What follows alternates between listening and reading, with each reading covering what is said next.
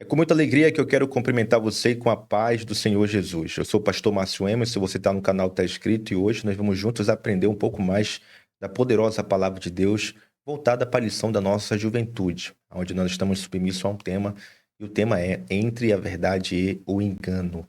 Cada lição tem sido rica, tem sido preciosa e uma lição faz conexão a outra lição e, consequentemente, vai promovendo uma compreensão melhor sobre o que a nossa revista está tentando proporcionar para nós. Nós separamos hoje um slide, assim como de costume, alguns comentários e algumas referências bíblicas que não estão na revista dos professores, assim como também não se encontram no livro de apoio, mas que está em perfeita concordância e agrega em nosso conhecimento, e eu penso que vai ser muito útil para você aí na sala de aula, assim como também na sua congregação. Se você tem interesse nesse material, eu vou deixar o meu WhatsApp aqui na descrição do vídeo, você entra em contato conosco, nós vamos disponibilizar para você esse material de forma gratuita. Tá certo assim? Antes de nós começarmos a nossa aula de hoje, eu quero convidar você a se inscrever em nosso canal, deixar o seu like, compartilhar para que outras vidas venham ser alcançadas. É muito importante que você faça isso. Nós estamos nesse projeto inicial. Eu tenho certeza que o nome do Senhor Jesus será glorificado por aqui de uma forma extraordinária. Tá certo assim?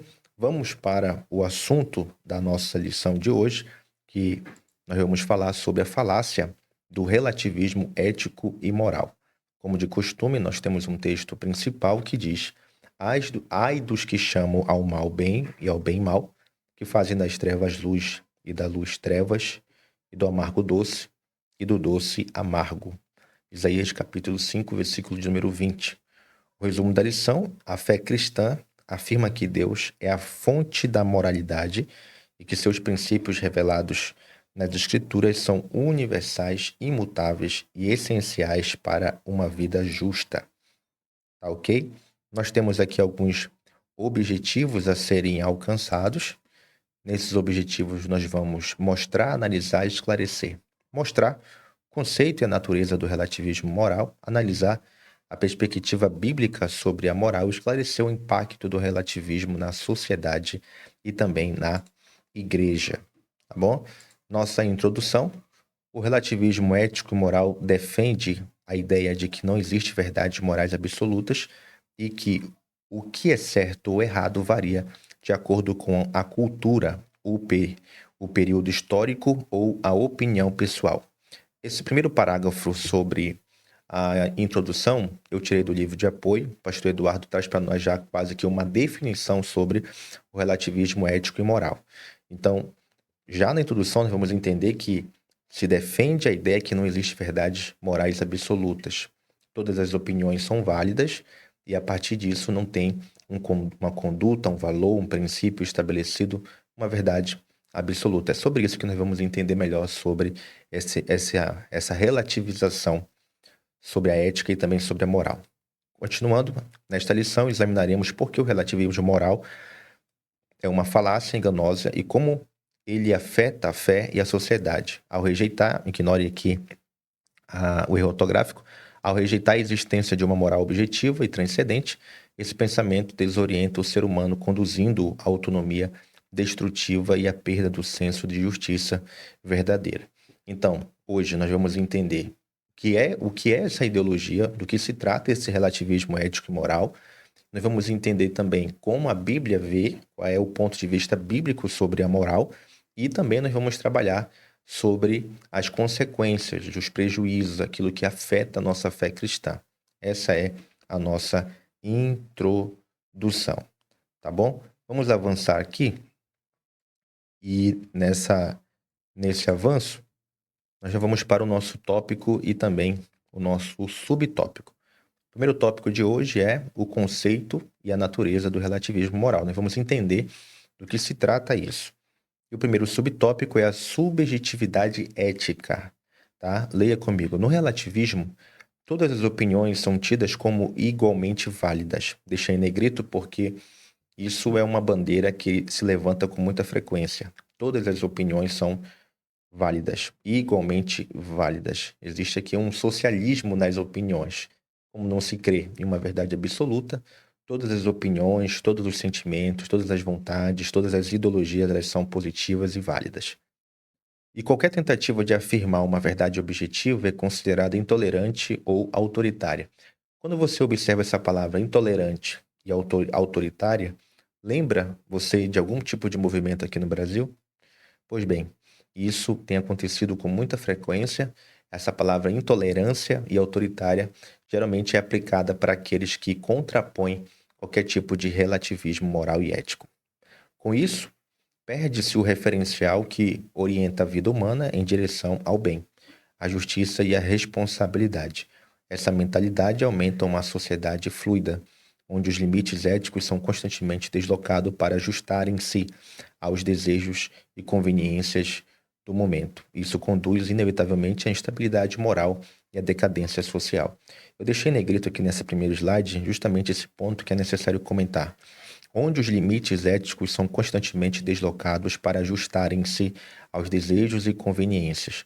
Como as opiniões elas são válidas, como todas as opiniões elas são válidas, não tem uma direção que define o que é ético, o que é moral.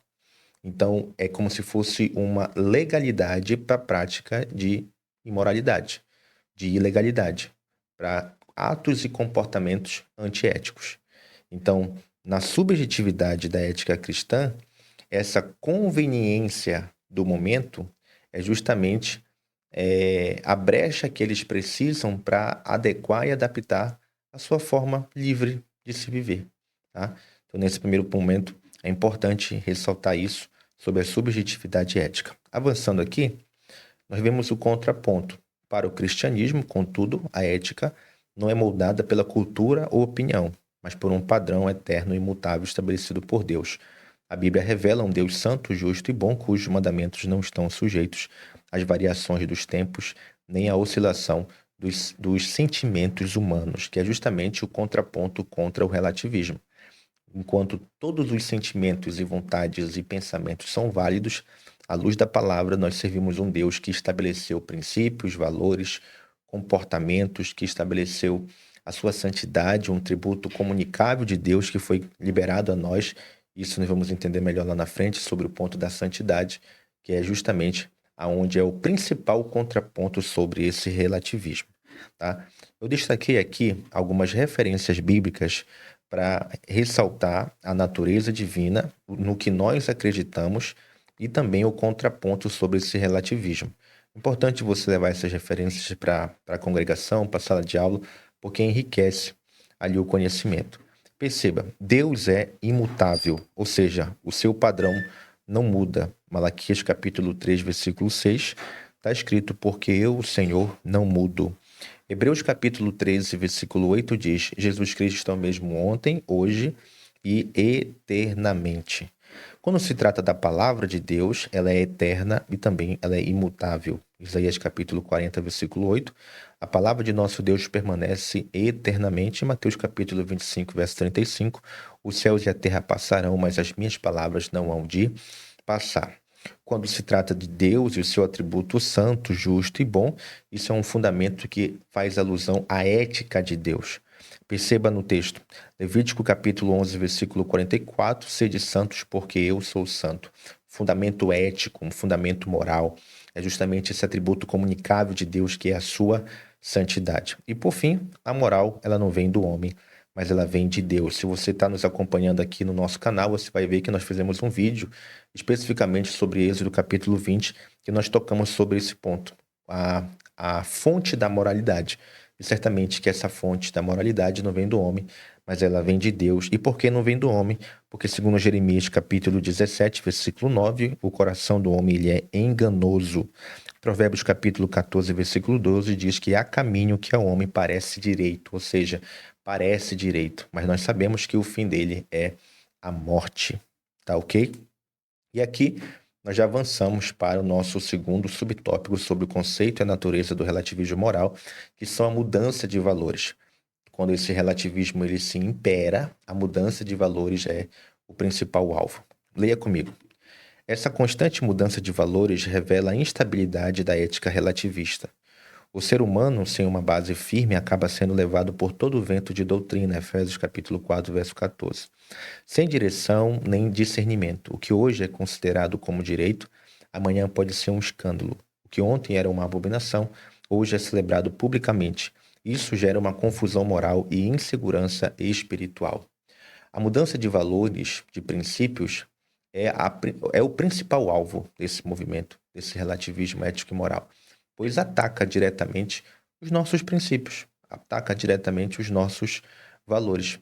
E quando a gente fala sobre essa confusão, porque essa instabilidade de ideias, de verdade, ela vem acompanhando na nossa sociedade. Literalmente, existe uma expressão, né, no quartel que diz que a pirâmide inverteu. Então, as coisas estão ao contrárias. O que era certo passou a estar errado e o que é errado passou a estar certo. E isso não pode ser ponderado, isso não pode ser discutido, porque é intolerância, é autoritarismo. Mas nós vamos entender, à luz da palavra, que nós temos valores, nós temos princípios, é importante falar isso em sala de aula diante da nossa juventude. Olha só aqui, ó. Ainda que o mundo mude os seus valores, os cristãos são chamados a permanecer, ó, firmes na fé, defendendo o que é santo, justo e verdadeiro, conforme revelado na Escritura. O relativismo moral floresce no solo filosófico da pós-modernidade, que rejeita verdades absolutas e promove a ideia de que cada pessoa cria a sua própria realidade. Isso resulta numa sociedade onde qualquer afirmação moral é imediatamente suspeita de ser opressiva ou intolerante, e onde a tolerância significa aceitar todas as ideias, menos aquelas que afirmam absolutos. Então, esse é o conceito, essa é a ideia, essa é a direção. Então, quando os valores são atacados, importante destacar isso, quando os valores são atacados, nós vivemos em uma sociedade ética, moral fluida, líquida, sem base, sem algo sólido para que a gente possa ter uma direção. E quando esse valor é atacado, provoca essa ruptura nesse estado moral, desencadeia para uma sociedade onde não temos uma direção aplausível de ser notada ou até mesmo de ser aplaudida, porque justamente os valores estão sendo deturpados. Dando continuidade aqui, nós separamos 2 versículos que encaixa-se dentro da nossa realidade. No Antigo Testamento aconteceu isso, quando a sociedade, quando o povo de Deus, ele optou pela desobediência e sem se submeter a um padrão, uma liderança, e também já um alerta do apóstolo Paulo ao coração de Timóteo sobre os últimos dias. Olha só, Juízes capítulo 21, versículo 25. Naqueles dias não havia rei em Israel, cada um fazia o que parecia reto aos seus olhos. E o fim, para quem entende a história dos juízes, sabe que o fim é trágico, é escravidão, é prisão, é o inimigo tendo vitória sobre o povo de Deus. Por quê? Porque cada um fazia o que parecia reto aos seus olhos. Desprezaram o Deus soberano, não se submeteram à sua palavra, consequentemente, o sofrimento, a escravidão, a dor, a perda, ela foi inevitável. O apóstolo Paulo orienta em 2 Timóteo capítulo 4, versículo 13, versículo 4. Porque virá um tempo em que não suportarão a sã doutrina, mas tendo comichão nos ouvidos, amontoarão para si doutores conforme as suas próprias concupiscências e desviarão os ouvidos da verdade voltando a fábulas. Ou seja, isso aconteceu em Juízes capítulo 21, versículo 25. Nessa realidade atual também é uma verdade. Homens que não suportam a verdade, que não toleram ouvir princípios, valores. Gente, a nossa sociedade, quando a gente olha minimamente através das redes sociais, do dia a dia, a gente percebe que há movimentos, há uma força gritante contra qualquer tipo de verdade absoluta que se estabelece. E aqui, nós como jovens, nós que somos pastores, nós que somos servos de Deus, precisamos entender e combater e defender a nossa fé, baseado na palavra do Senhor. O apóstolo Paulo já alertava Timóteo desde aquele tempo. Certo assim? A gente avança para um texto aqui de Filipenses capítulo 4, versículo 8, que é justamente os nossos padrões, aquilo que nós acreditamos, a orientação do apóstolo Paulo para combater a ansiedade, para combater as preocupações, para sustentar e solidificar a nossa fé em Cristo Jesus. Filipenses capítulo 4, versículo 8 diz: Quanto ao mais, irmãos, tudo que é verdadeiro, olha só, tudo que é honesto, tudo que é justo, tudo que é puro, tudo que é amável, tudo que é de boa fama, se há alguma virtude, se há algum louvor, nisso ocupe o nosso pensamento. Isso aqui é muito importante a gente dar ênfase em sala de aula, porque muitos dos nossos jovens têm ocupado a sua mente com coisas fúteis, com coisas vãs. O excesso de tela, o excesso de redes sociais, o excesso a sites tem comprometido a mentalidade desse jovem. Então, uma pergunta que é necessário fazer em sala de aula é: o que nós estamos consumindo? O que é que nós estamos nos alimentando? O que é que tem entrado diariamente em nossa mente, em nosso coração? O que é que os nossos olhos têm aplaudido? O que é que está acontecendo ao nosso redor, que está encantando o nosso coração? Isso é importante ser avaliado, e uma vez que essa avaliação é feita, esse exame é feito, a gente precisa se enquadrar na poderosa palavra de Deus. Tá certo assim? A gente avança e vamos para o nosso terceiro subtópico sobre o conceito e a natureza do relativismo moral. E aqui nós vamos falar sobre a influência desse pós-modernismo, tá? Olha só, essa mentalidade pós-moderna trata a moral cristã como antiquada ou até mesmo ofensiva por afirmar que certos comportamentos são errados e que há um Deus a quem todos prestamos contas. Mas sem verdade fixas, observe, sem verdade fixas, a vida perde o seu sentido e a sociedade perde o rumo. O discurso pós-moderno destrói as bases morais da convivência, deixando o vazio ético. Diante disso, a igreja precisa recuperar a clareza moral das escrituras e não se deixar influenciar pelas pressões culturais. Como disse Paulo, não vos conformeis com este mundo, mas transformáveis pela renovação do vosso entendimento. Romanos capítulo 12, versículo 2. A palavra de Deus é o antídoto para as filosofias enganadoras da era presente. Quando a gente usa essa palavra influência, eu volto para o que eu falei no subtópico anterior. Quem nós estamos dando crédito? A quem nós estamos emprestando os nossos ouvidos? A quem nós estamos observando? O que está alegrando o coração da nossa juventude nesse tempo? A gente percebe hoje que, com excesso de tela, as pessoas estão facilmente sendo enganadas. Enganadas por uma música, enganadas por um podcast, enganadas por uma série, enganadas por um documentário, enganadas. E esse engano, que basicamente é justamente por não se sustentar na palavra de Deus, ele tem força o suficiente para arrancar muitos jovens da presença de Deus. Principalmente quando se pisa em uma faculdade onde a filosofia pós-moderna gritantemente tem se desenvolvido de uma forma muito militante. E é justamente nesse ponto que a nossa juventude precisa estar firmada na palavra. Como diz aqui o nosso comentarista, a palavra de Deus é o antídoto para que essas influências das filosofias e também do pós-modernismo não venham atacar e venham ter força contra as nossas convicções, os nossos princípios e também os nossos valores. Promova essa reflexão em sala de aula, tá? Destaque isso que é necessário para a nossa juventude. Aqui eu quero destacar, nessa influência do pós-modernismo, o malefício do eu e da autenticidade, tá? Então, porque o principal ponto que se dá sobre essa influência é que a gente pode, a autossuficiência, a gente não precisa de ninguém, a gente não depende de ninguém, a gente precisa viver a nossa vida, a gente precisa acreditar naquilo que a gente sente, a gente precisa seguir o nosso coração. E à luz da palavra não é bem assim que as coisas são orientadas e não é bem assim que nós vamos ter êxito na vida. Perceba, existem dois textos aqui que justamente contrapõe isso. Provérbios capítulo 3, versículos 5 e 6, que diz: confia no Senhor de todo o teu coração. E nós já observamos em Jeremias que o coração do homem é enganoso. Então a gente tem que direcionar o que está em nosso coração, os nossos sentimentos, aonde? Aos pés do Senhor.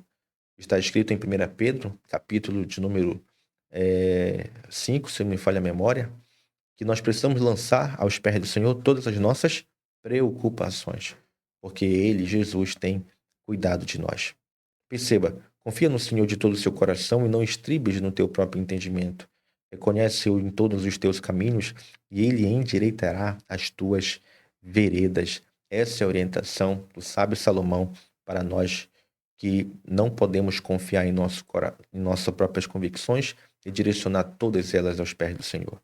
Jeremias capítulo 17, versículo 9, é justamente: enganoso é o coração, mais do que todas as coisas, e perverso, quem o conhecerá, tá? Então a gente não se movimenta pelo nosso eu, nem tampouco pela nossa autenticidade. A gente se movimenta por aquilo que Deus estabeleceu para a nossa vida. E aqui nós avançamos para o nosso segundo subtópico, que é sobre a perspectiva bíblica sobre a moral. E o primeiro subtópico é Deus como fonte da moralidade objetiva. Tem sido bênção para você essa aula? Quero convidar você a se inscrever em nosso canal, deixar o seu like. É muito importante que você faça isso. Você nos motiva para que possamos estar aqui toda semana compartilhando a palavra de Deus, essas lições preciosas da nossa juventude, tá ok? Se inscreva, deixe o seu like e compartilhe em nome de Jesus. Vamos dar continuidade sobre a nossa aula de hoje. Deus como fonte da moralidade objetiva. Os 10 mandamentos, Êxodo capítulo 20, são uma clara expressão da moral divina, estabelecendo princípios eternos como o amor a Deus, o respeito aos pais, a proibição do assassinato, do adultério, da mentira e da cobiça. Esses mandamentos não foram dados apenas a Israel, mas refletem a justiça de Deus válida para toda a humanidade. Então, a fonte da moralidade, ela vem de quem? Ela vem de Deus e não vem do homem. Não vem dos seus pensamentos, não vem das suas vontades, não vem dos seus sentimentos. Vamos observar em outros subtópicos que existe a queda do homem, né? A depravação humana. Então, Deus ele é a fonte da moralidade objetiva humana. E quando ele estabelece em Êxodo capítulo 20 ali os 10 mandamentos, se estabelece ali princípios, valores, mandamentos, ordens pelos quais promove um estado saudável na nossa sociedade. Tá bom? É importante destacar isso, eu já fui direto para esse ponto, porque é a nossa referência primária sobre esse estado moral, onde Deus é a fonte.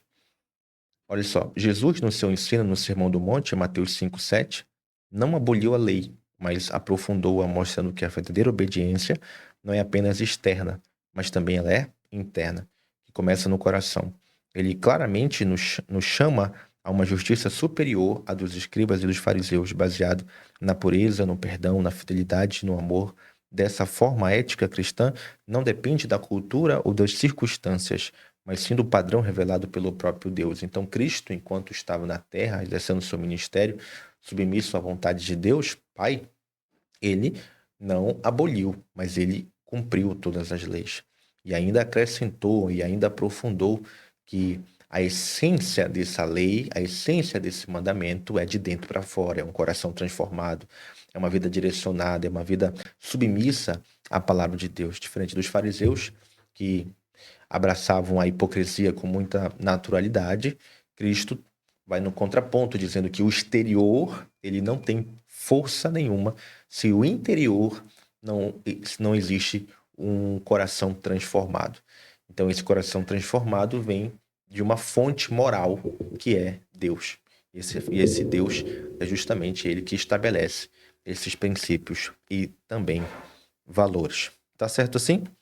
Então, a gente avança para o nosso segundo subtópico, que é justamente a conexão dessa fonte moral, que é o contraponto do porquê o homem não pode exercer, porque a sua natureza ela é caída. Eu vou direto ao texto de Romanos capítulo 3, versículo 23, que diz: porque todos pecaram, destituídos estão da glória de Deus. Esse texto confronta diretamente a ideia da pós-modernidade, de que o homem é naturalmente bom ou que cada um define a sua própria verdade. A Bíblia afirma que todos pecaram, ou seja, existe um padrão absoluto, é Deus, e todos estão debaixo desse padrão. Por isso precisamos de redenção e não de relativização. Isso aqui é muito importante dar ênfase, pois a condição humana é o seu estado moral depravado. E Cristo promove para nós essa vida e vida com abundância por meio do seu sacrifício na cruz do Calvário. Reforce isso em sala de aula, destaque a redenção, destaque o que Cristo fez por nós, pois só um coração submisso a Cristo tem uma vida transformada e santa diante do Senhor, tá? E avançando aqui, ó, Deus, contudo, não nos deixou entregues à nossa natureza caída. Ele revelou a sua vontade por meio da palavra e da consciência para que o homem soubesse discernir o bem do mal. Mesmo que o mundo diga que cada um deve seguir o seu coração, a Bíblia adverte que o coração pode ser enganoso e que devemos confiar na direção do Senhor. Provérbios capítulo 3, 5 e 6, confia no Senhor de todo o teu coração. Então, essa natureza caída nos desqualifica para tomarmos uma direção por si próprio daquilo que é certo ou daquilo que é errado. Então, o estado absoluto da moralidade chama-se Deus. E Deus enviou o seu Filho. O seu Filho nos promoveu direção, vida, e vida com abundância, redenção. Ele nos redimiu dos nossos pecados. E através do Filho, a gente tem condição de ter uma vida santa diante do Senhor. E, por falar em santidade, a gente avança para o nosso terceiro subtópico, sobre essa perspectiva bíblica sobre a moral, que é justamente esse chamado à santidade. Essa santidade envolve o quê? Pureza moral, integridade, compaixão, verdade, justiça. Não é adaptação ao mundo, mas uma vida separada para Deus. O apóstolo Paulo disse: não vos conformeis com este mundo. Ou seja, indicando que Cristo deve resistir às pressões culturais, indicando que o cristão deve resistir às pressões culturais e viver de forma o quê? Contracultural. Isso aqui é muito necessário destacar. Contracultural. A santidade é justamente a separação, uma vida separada para Deus, uma vida que se inclina em obediência a Deus. Então, esse chamado à santidade é justamente o contracultural que nós precisamos combater. Quando a gente vive uma vida em santidade, tudo aquilo que a cultura tenta pregar ao nosso coração não tem força, é inválido, porque nós estamos totalmente inclinados para uma vida santa que se submete exclusivamente à palavra do Senhor. Aqui ainda sobre santidade, enquanto o relativismo tenta moldar a ética conforme o que é popular ou conveniente, o cristão se submete à direção do Espírito e à verdade da palavra. A santidade é uma marca do discipulado de Cristo. E a moral cristã é fruto da comunhão com Deus. O Senhor, somos chamados a brilhar como luz em meios às trevas. Então, é importante destacar sobre esse relativismo, sobre a moldagem do relativismo. A ética, conforme o popular, conforme o conveniente, né? O cristão, ele se submete na direção do Espírito. Então, enquanto essa relatividade ela tenta se adaptar à agenda desse mundo pós-moderno, nós somos guiados pelo Espírito Santo de Deus e convidados pelo Senhor a serem astros nesse mundo perverso e perdido, segundo a própria palavra de Deus. E aqui nós destacamos duas referências bíblicas, que é Filipenses capítulo 2, versículo 15, que diz: para que sejais irrepreensíveis e sinceros, filhos de Deus, inculpáveis no meio de uma geração corrompida e perversa, entre a qual resplandeceis como astros no mundo. E Hebreus capítulo 12, versículo 14, segui a paz com todos e a santificação, sem a qual ninguém verá o Senhor. O apóstolo Paulo fala em Filipenses da importância de nós mantermos uma vida irrepreensível e de sinceridade, como filhos de Deus, inculpáveis no meio de uma geração corrompida e perversa. E aí, o escritor hebreu vai nos lembrar que casado a esse estado de irrepreensividade é uma vida santa. Então, no que depender de nós, vamos seguir a paz com todos e a santificação, pois o autor destaca, sem a qual ninguém verá o Senhor. Tá bom? Então, nós com isso avançamos para o nosso terceiro tópico da nossa lição de hoje. Se tem sido bênção para você, deixe o seu like, compartilhe com alguém. Eu tenho certeza que a mão de Deus vai continuar lhe abençoando. Vamos lá. O impacto de relativismo na sociedade e na igreja, que é o nosso terceiro subtópico. E esse impacto é a confusão moral. A ausência de padrões éticos fixos leva à desordem social e à degradação da família e ao aumento da violência e da imoralidade. O ser humano, sem direção divina, age segundo os seus próprios desejos, o que resulta em caos e sofrimento. Aqui também nós reforçamos em alguns tópicos anteriores que é justamente esse impacto, essa confusão moral que se estabelece por esse relativismo. Não existe uma direção, não existe uma base sólida, não existe algo firme.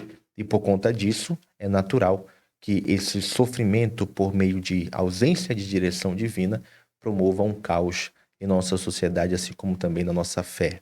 Tá? Então eu conheço muitos jovens, conheço muitos adolescentes, conheço muitos senhores e senhoras que foram bombardeados por esse caminho da relatividade e, consequentemente, o estado moral familiar, o estado moral da fé, a espiritualidade, vamos chegar nesse ponto, a espiritualidade se esfriou de uma forma considerável.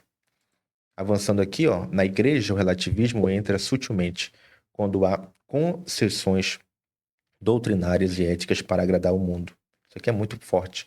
Concessões doutrinárias e éticas para agradar o mundo, ou seja, São líderes, pastores, que eles adaptam as suas mensagens para, com o único propósito, agradar o coração dos homens. Isso é muito triste.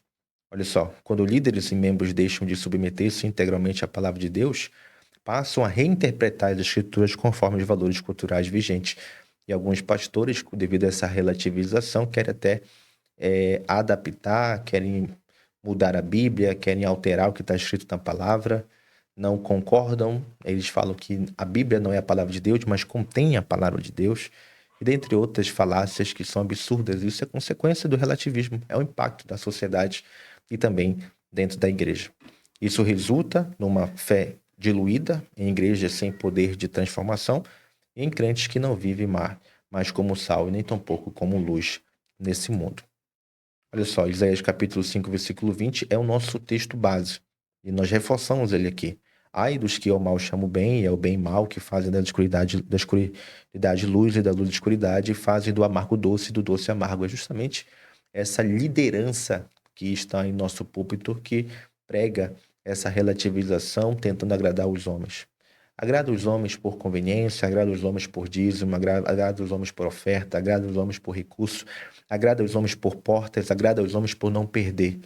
Ou seja, um líder que se submete a uma atualização de conteúdo para agradar apenas o coração do homem, ele não entendeu o que é o evangelho e não se submete à poderosa palavra de Deus e, consequentemente, está fadado ao fracasso, a promover uma fé líquida, aonde não se sustenta na verdade, na palavra do Senhor.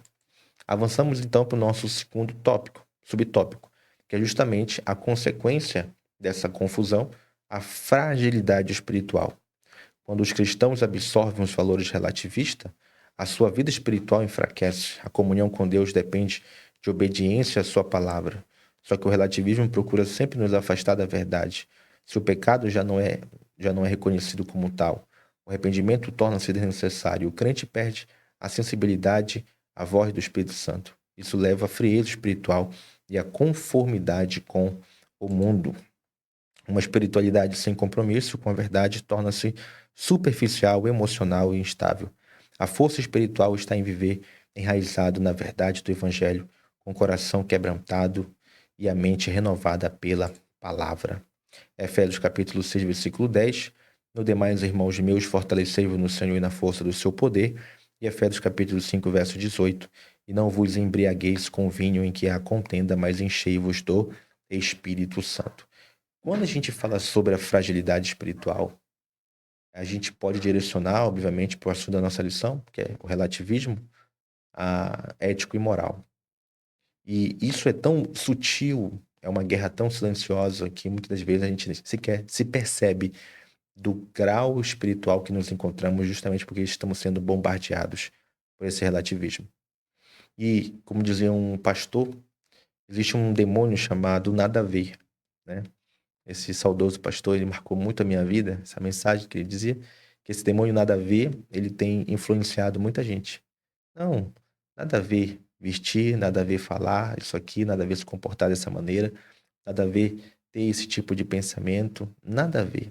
Hoje, se ele tivesse vivo, poderia adaptar, dizendo que nós não tem nada a ver o excesso de tela, não tem nada a ver o que a gente vê e curte e segue nas redes sociais, não tem nada a ver a visão política que nós carregamos, não tem nada a ver os nossos posicionamentos, nossa forma de se vestir, nossa forma... Não tem nada a ver. Gente, por muito tempo, você pode concordar comigo que, por muito tempo, os moralistas da fé, eles tinham força, e acaba que essa moralidade sem espiritualidade promoveu muito caos, muita destruição, muitos julgamentos. Mas existe um tempo hoje, que se chama hoje, que nós precisamos não ser moralistas, mas voltar para as Sagradas Escrituras e ver o que Deus tem para nos orientar. E essa fragilidade espiritual é justamente porque muitos estão tão avançados e envolvidos nos meios da tecnologia, dos acessos, dos contatos, do trabalho, do dia a dia, da correria, que perderam o contato com a vida de oração, perderam o contato com a palavra, perderam o contato com o jejum e, naturalmente, com a ausência desse contato, as pessoas fragilizam na fé, fragilizam na vida com Deus, têm uma vida espiritual pobre, seca, ruim e acaba que não desenvolve e não influencia ninguém para o reino de Deus. Então é uma presa fácil para o relativismo desse tempo pós-moderno. O apóstolo Paulo nos orienta que nós temos uma guerra espiritual, precisamos nos fortalecer no Senhor, precisamos buscar a presença do Espírito, precisamos mergulhar nos mananciais sagrados, precisamos entender que nós não possamos nos embriagar com este vinho pós-moderno, com essa embriaguez dopaminática que tenta a todo momento roubar a nossa atenção, roubar a nossa fé, roubar o nosso propósito, roubar nosso tempo. E acaba que isso, dia por dia, é uma guerra silenciosa que a gente não percebe e pode nos desencadear para um fracasso ministerial, espiritual e também da nossa fé. E a gente precisa intensificar a vigilância sobre isso. Glória a Deus. Com isso, nós avançamos para a necessidade de uma igreja firme na verdade. Em tempos de relativismo, mais do que nunca é necessário que a igreja seja uma coluna e firmeza da verdade. A missão da igreja não é adaptar a mensagem para agradar o mundo, mas proclamar fielmente o evangelho de Cristo, que confronta o pecado. Assim, a igreja será uma luz brilhando nas trevas, apontando o caminho para a salvação e oferecendo ao mundo uma esperança que não muda em um tempo de tantas incertezas e fidelidade à verdade. Em um tempo de tantas incertezas, a fidelidade à verdade bíblica é o que manterá a igreja viva, forte e relevante. E aquilo que nós estamos falando sobre a fidelidade, voltar para as Sagradas Escrituras, voltar para um devocional diário, voltar para o quarto fechado. E é o que nos condiciona a termos uma fé sólida em Cristo Jesus. Tá? O texto que eu quero usar aqui é justamente 2 Timóteo capítulo 4, versículo 2, que precisamos pregar a palavra a tempo e a fora de tempo, redarguas, repreenda, exorte, com toda a longanimidade e doutrina. A orientação do apóstolo Paulo para Timóteo. Nós, como servo de Deus, alunos da escola dominical, professores, líderes, coordenadores, precisamos intensificar isso, gritar mais alto, falar, mergulhar, explicar. Por esse motivo, Deus me direcionou para este caminho aqui, das redes sociais, do YouTube, percebendo tanta gente falando besteira, tanta gente se posicionando de uma forma errada, tantos conteúdos que não edificam em nada, e nós muitas vezes estamos calados, tendo a palavra de Deus em nosso coração. E a gente precisa direcionar essa palavra para que vidas sejam tocadas. Você que é professor, você que é aluno, é necessário entender essa verdade e também se posicionar nesse meio digital, também se posicionar aonde Deus te colocar, porque é de extrema importância que a palavra de Deus também esteja ali. Tá certo? Então pregue a palavra de Deus, anuncie as verdades do Senhor. Com isso, nós concluímos mais uma lição da Escola Bíblica Dominical, voltada para a nossa juventude. E hoje nós concluímos, portanto, que o relativismo ético e moral é uma falácia perigosa que tenta substituir a verdade divina por construções humanas frágeis e inconsistentes. Como cristãos, somos chamados a permanecer vigilantes e firmes na fé, praticando a justiça e sendo luz em um mundo que relativiza até o bem e o mal. Nossa resposta deve ser pautada no amor. Nossa resposta deve ser pautada no amor, mas também na fidelidade à verdade revelada por Deus. Só assim poderemos oferecer ao mundo não apenas uma opinião moral, mas também a esperança segura de uma vida transformada pela ética e pelo reino de Deus. Bom, queridos, essa foi a nossa aula de hoje, uma aula muito rica, uma lição muito preciosa, e eu tenho certeza que Deus vai continuar abençoando a sua vida, enriquecendo o seu coração por meio do conhecimento da palavra do Senhor. Que Jesus preserve você em santidade, uma vida espiritual abundante. Eu tenho certeza que fazendo assim, seu ministério e toda a sua família serão bem sucedidos. Tá certo? Muito obrigado por ter ficado até o final desse vídeo e nós aguardamos você até o próximo vídeo em nome de Jesus. Que Deus te abençoe.